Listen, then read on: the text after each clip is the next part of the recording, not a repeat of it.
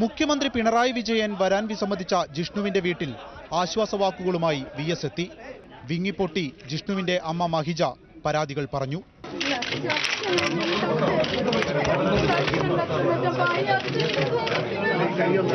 കുറ്റക്കാരെ ജയിലിലടയ്ക്കാൻ എത്രയും വേഗം നടപടികൾ സ്വീകരിക്കണം.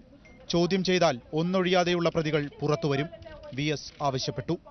ഉടനെ തന്നെ പ്രതികളെ അറസ്റ്റ് ചെയ്ത് കസ്റ്റഡിയിലെടുക്കുകയും ഉടനെ തന്നെ ചോദ്യങ്ങൾ ചെയ്താൽ പ്രതികളെ എല്ലാം തന്നെ ഒന്നൊഴിയാതെ പുറത്തു കൊണ്ടുവരുവാൻ കഴിയും. സ്വന്തം അച്ഛനോട് സംസാരിച്ചതുപോലെ ആശ്വാസം തോന്നുന്നുവെന്ന് ജിഷ്ണുവിന്റെ അമ്മയുടെ പ്രതികരണം. എൻ്റെ അച്ഛനോട് പറയും പോലെ ഞാൻ VSനോട് പറഞ്ഞത്.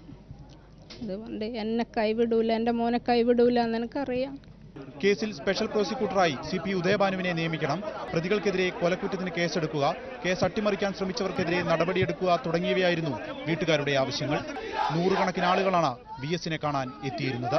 ജിഷ്ണു മരിച്ച 42ാം ദിവസമുള്ള VSന്റെ സന്ദർശനം മുന്നോട്ടുള്ള പോരാട്ടത്തിന് ജിഷ്ണുവിന്റെ വീട്ടുകാർക്ക് നൽകുന്ന പിന്തുണയും ഊർജവും ചെറുതല്ല.